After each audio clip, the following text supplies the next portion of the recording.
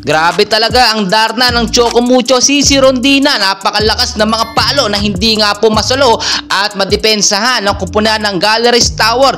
Ang ganda rin ng pinakitang overpass dito ni Dina Wong. Very unexpected po yun at hindi natin inaasahan. Sigawan ng mga fans, no? Hahawak at magsiservice ball lang ang ating Boss D. Maganda rin po ang pinakita dito ni Caitlin Biray, no? At talagang nakipagsabayan itong Galleries sa Choco Mucho. Malakas din ang pinakitang depensa nitong nga po si Bea De Leon at si Dina Wong. Talagang bantay na bantay ang mga tira at mga hampas ng Galleries Tower sa Choco Mucho Flying Titans.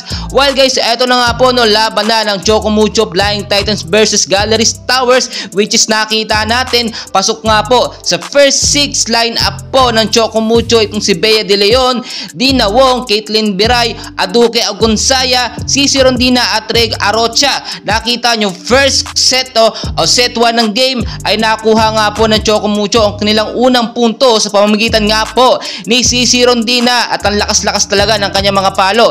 Early set talaga nakita natin ang dami ding error ng Choco Mucho, kaya naman doon lumalamang, no, sa early set 1 ang kupunan po ng Galleries Tower. Ang akala nga po natin matatalo ang Choco Mucho dito sa set 1, pero nakita ng Choco Mucho yung kahinaan ng Galleries at nakuha ng Choco Mucho yung rhythm nila at yung kanilang chemistry. Nagtuloy-tuloy hanggang matapos po ang set 1, no, sa score nga po na 25 ang Choco Mucho at 21 naman ang kupunan ng Galleries Tower. Pagdating nga po ng set 2 ay tila basang-basa na ng Choco Mucho. Ang galawan ng Galleries Tower ay hindi na nga po pinahabol pa or pinagbigyan dito sa set 2. Pero nakita nyo nung early set ng set 2, no, ay pumapalagpat, humahabol talaga, no, ang kupunan ng Galleries Tower. Though hindi natin maikakaila, magaling din ang kupunan ng Galleries at nakakasabay sila sa Choco Mucho Flying Titans. Pero once kasi na makuha, no, at talagang humataw ito nga set ni Dina Wong at mga palo ni CC Rondina ay talagang hindi na po yan mapipigilan pa. So nagtapos nga po, no, ang set 2 sa score naman po na 25 ang Choco Mucho, 60 naman ang kupunan ng Galleries. So tambak talaga dito ang kupunan ng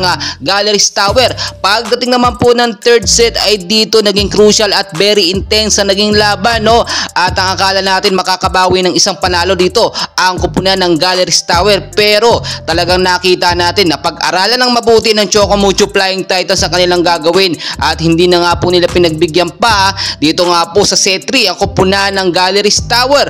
Well guys, congratulations sa ating kupunan na Choco Mucho Flying Titans. Mas gumagaling sila ngayon at gumaganda ang kanilang chemistry sa laban, which is hindi natin maikakaila at nasasakyahan talaga natin, no. Talagang sigawan ng mga fans ng Choco Mucho na siyang nanonood doon ng live, no, kapag nagseset na maganda itong si Boss D at humahampas ng very unexpected at unstoppable ito nga pong si CC Rondina, which is talagang top scorer, no, scoring machine po ng Choco Mucho Flying Titans. Well guys, congratulations sa ating Choco Mucho and hopefully, no, manalo sila at makapasok sila ng semifinals hanggang sa mag-finals. And please don't forget to like and subscribe sa ating YouTube channel bilang suporta. Maraming salamat